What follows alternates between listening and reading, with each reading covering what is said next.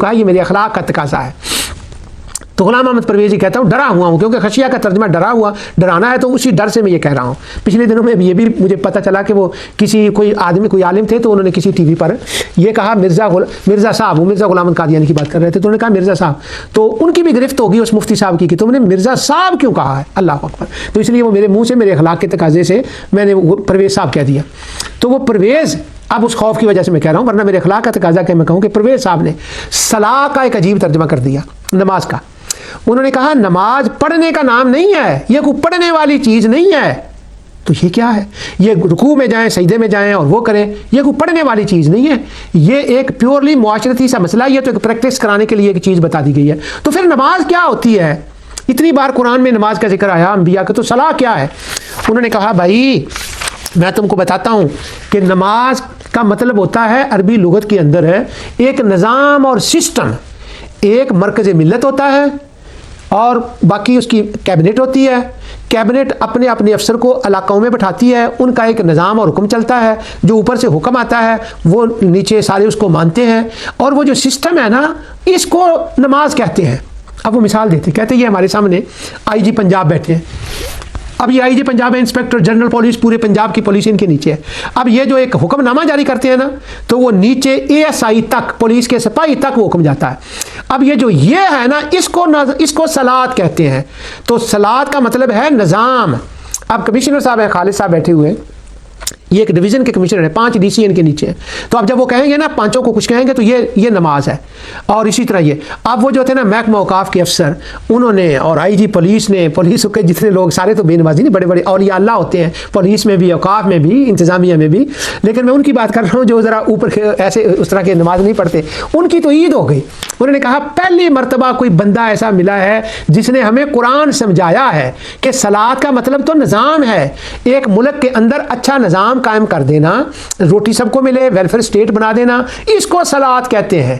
یہ پڑھنے والی کوئی چیز نہیں ہے، اس کا نام نماز ہے. تو اب میری اس بات کے ساتھ کیا تعلق ہے؟ میری اس بات کے آج کے درس کے ساتھ یہ تعلق ہے کہ یہ صورت ہے مکی، اور مکی صورت کے اندر اللہ تعالیٰ بتانا چاہتا ہے کہ یکش اللہ کا کیا مطلب ہے.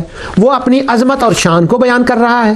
اور مکے کے اندر ابھی تھوڑے سے مسلمان ہیں، ابھی ویلفیئر اسٹیٹ بننے کا، اسلامی ریاست بننے کا تو کوئی چانس دور دور تک نظر نہیں آتا.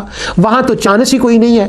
اور انہی آیات کے اندر آپ کو مکی صورتوں میں یہ بار بار چیز نظر آئے گی. انہی صورتوں کے اندر اللہ تعالیٰ فرما رہا ہے انما تنذر الذین یخشون ربہم بالغیب. اب یہ دیکھیں خشیت کا معنی ڈپریشن والا نہیں ہے. انما تنذر الذین یخشون ربہم بالغیب واقاموا الصلاۃ. یہاں پر نماز درمیان میں لائی گئی، کوئی نظام نہیں قائم ہونے کا، دور دور تک کوئی ابھی چانس بھی نہیں ہے. تو اللہ تعالیٰ یہاں نماز قائم کر رہا ہے. اب اس زمانے میں مجھے اس بات کا علم نہیں تھا، ورنہ میں اپنے محکمہ اوقاف کے دوستوں کو بتاتا، آئی جی پنجاب پولیس کو بتاتا کہ بات یہ ہے کہ اقام الصلاۃ مکے کے اندر یہ بات کہی گئی ہے کہ نماز قائم کرو. اس کا مطلب یہ ہوا کہ نماز سسٹم کا نام بھی ہو سکتا ہے، وہ سسٹم بھی صلاۃ ہے، لیکن یہاں جو چند بندوں کو کہا جا رہا ہے کہ نماز پڑھو، اس کا مطلب ویلفیئر سسٹم نہیں ہے. اس کا مطلب وہی نماز ہے جو رسول اللہ صلی اللہ علیہ وسلم پڑھتے تھے، صحابہ نے پڑھی، اور تواتر کے ساتھ عملی طور پر تعامل بالناس کے ساتھ پوری کائنات کے مسلمانوں کے اندر وہ نافذ ہوئی ہے، وہ چلی ہے، وہ سنت جاریہ بنی ہے. تعامل بالناس بنا ہے، سنت جاریہ ذرا خطرناک لفظ بن گیا. اگرچہ معنی کے اعتبار سے یہ غلط نہیں ہے، لیکن کچھ لوگوں نے اس کو ایسا نہیں استعمال کرنا شروع کر دیا تو یہ وارننگ سے لفظ بن گیا، ریڈ لائٹ آ گئی ہے یہاں پر.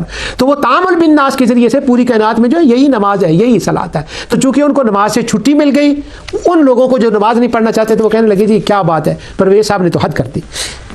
اب اللہ تعالیٰ فرماتا ہے وَمَن تَزَكَّىٰ فَإِنَّمَا يَتَزَكَّىٰ لِنَفْسِهِ وَإِلَى اللَّهِ الْمَصِيرُ.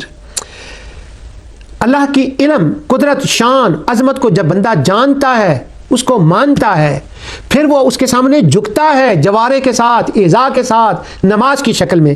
جب وہ یہ کام کرتا ہے تو وہ من تزکا فإنما يتزکا لنفسه، اس کے دل کی صفائی ہو جاتی ہے.